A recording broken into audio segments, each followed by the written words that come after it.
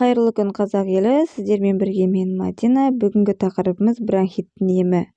Күн салқындағаннан тамағым жыбырлап, жөтелім күшейетін әдеті. Өйткені мен бірнеше жылдан бері созылмалы бронхитпен ауырамын. Бұл аурудың қандай азап екенін осындай диагнозы бар адам ғана жақсы біледі. Бронхиттен арылу үшін мен көп емделдім. Түрлі халық емдеу тәсілдерін де жасап көрдім. Соның ішінде оңды әсер ететін бірін көпшілікке бөліспекпін. 100 грамм ашылған сұлы дәнін 2 литр қайнап тұрған сүтке араластырып, ыстық жерде 2 сағат бетін жауып бұқтырады.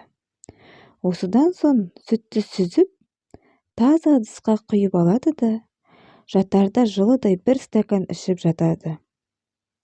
Емді үзіліссіз 2-3 ай бойы жалғастыра беруге болады.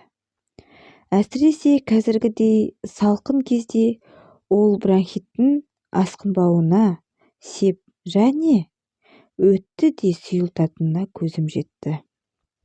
Сіздермен бірге болған мен Мадина. Ауырмаңыздар. Тіркеліп лайк басып кетіңіздер.